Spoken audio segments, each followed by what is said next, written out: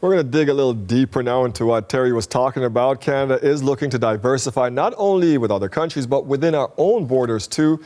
To understand what that could look like, we're joined by Julian Karaguesian. He is a visiting lecturer in the Department of Economics at McGill University and the former special advisor in the International Trade and Finance branch at the Canadian Ministry of Finance. He's kind enough to join us from Montreal tonight. Julian, thank you for being here. With these trade wars, do you think we finally have an opportunity now to pull down the interprovincial trade barriers once and for all?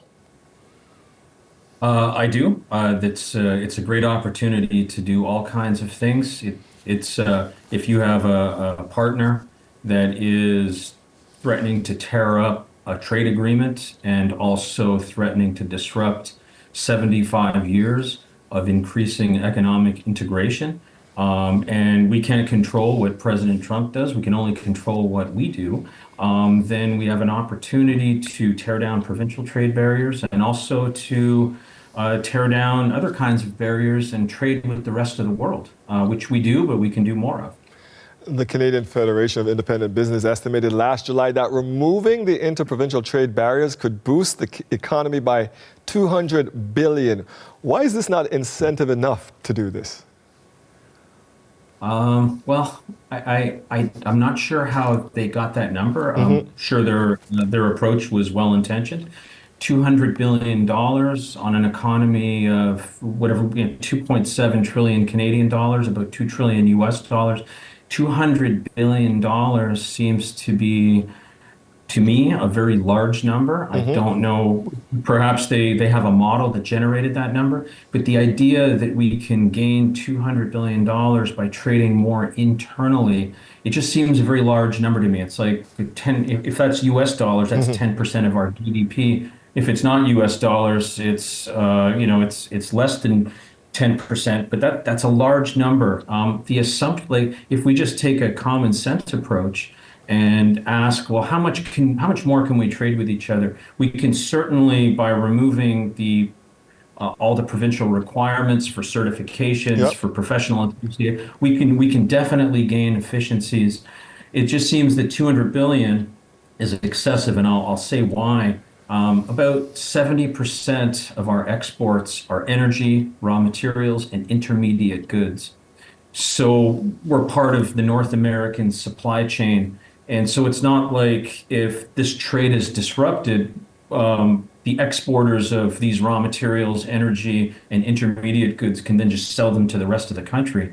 We sell all of these things. Like I said, 70% of our exports, energy, other raw materials, and intermediate goods. We import most of the goods and services, but particularly goods that make up the consumption basket of the everyday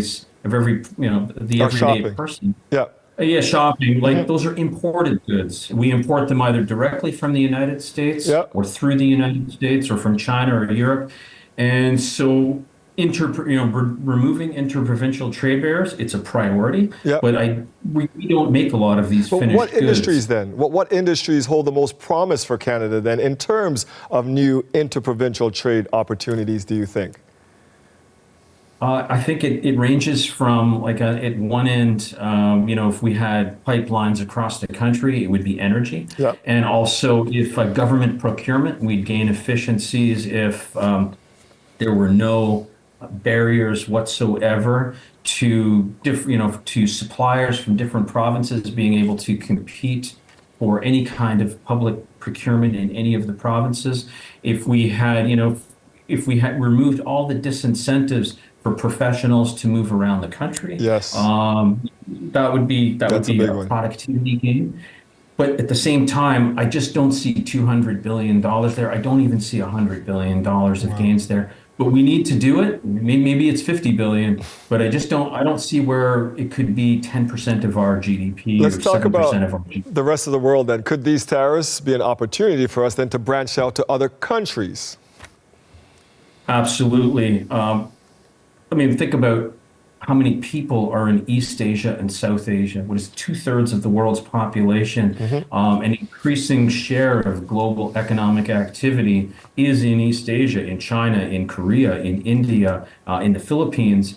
And we have a part of this market, a small part, but there's no reason why we can't trade more with the People's Republic of China and the rest of East Asia and South Asia. We can make amends, and we can pave the way to greater trade flows. Canada, we should have confidence in ourselves. We're a natural resource superpower. Yes, we are. have everything. And we have everything that the world needs and wants. And if you're in a relationship where it suddenly becomes toxic because of the kind of the top dog and the other side, Yep. then you can liberate yourself. If someone's threatening to tear up the trade agreement and someone's threatening to disrupt 75 years of deep economic integration, and there's nothing we can do about that, we can't remain in a state of suspended anxiety. No. What it does, so that the silver lining here is that, okay, we don't have to do everything that Washington wants under this president. Yes. And we're liberated to trade more with China, with India, and with the rest of the world. And why not? That's where a lot of the action is in right East now. and South. Before I let you go, I just want to get your advice over the next month for our federal government and maybe the next year ahead, the kind of things you think they should be doing now. Well, we should. I mean, Plan A is figuring out.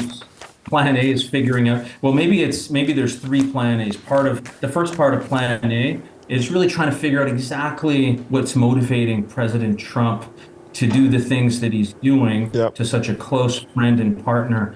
Plan B is to think if the threat of tariffs comes back and it's a credible threat, we should really rethink the idea of retaliatory tariffs. Because if President Trump decides next month that he's going to impose tariffs, that's going to have a recessionary impact in Canada, probably. And if we impose dollar for dollar counter tariffs, we hurt ourselves. So we should really think about what the best response is. We should think that perhaps our response should be guided by, first, do no harm to ourselves. And second, that we're liberated.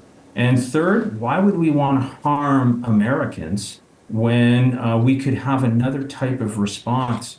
And instead of dollar for dollar, which would cause inflation, which would create the specter of stagflation, there's so many other things we could do. And third, another thing we can do is think that we are now about a decade into a post-globalization world.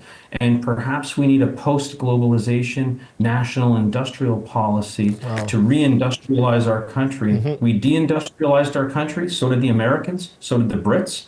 And we have an opportunity here to reindustrialize Canada. Not fully, but we can make a greater range of products here and become more independent and less vulnerable to whoever's in the White House at a certain point of time. And that's it and right I say there. this without any animosity to America whatsoever. More independent and less vulnerable. That was Julian Karaguesian. He is a visiting lecturer in the Department of Economics at McGill and the former special advisor in the International Trade and Finance branch at the Canadian Ministry of Finance. Thank you, Julian.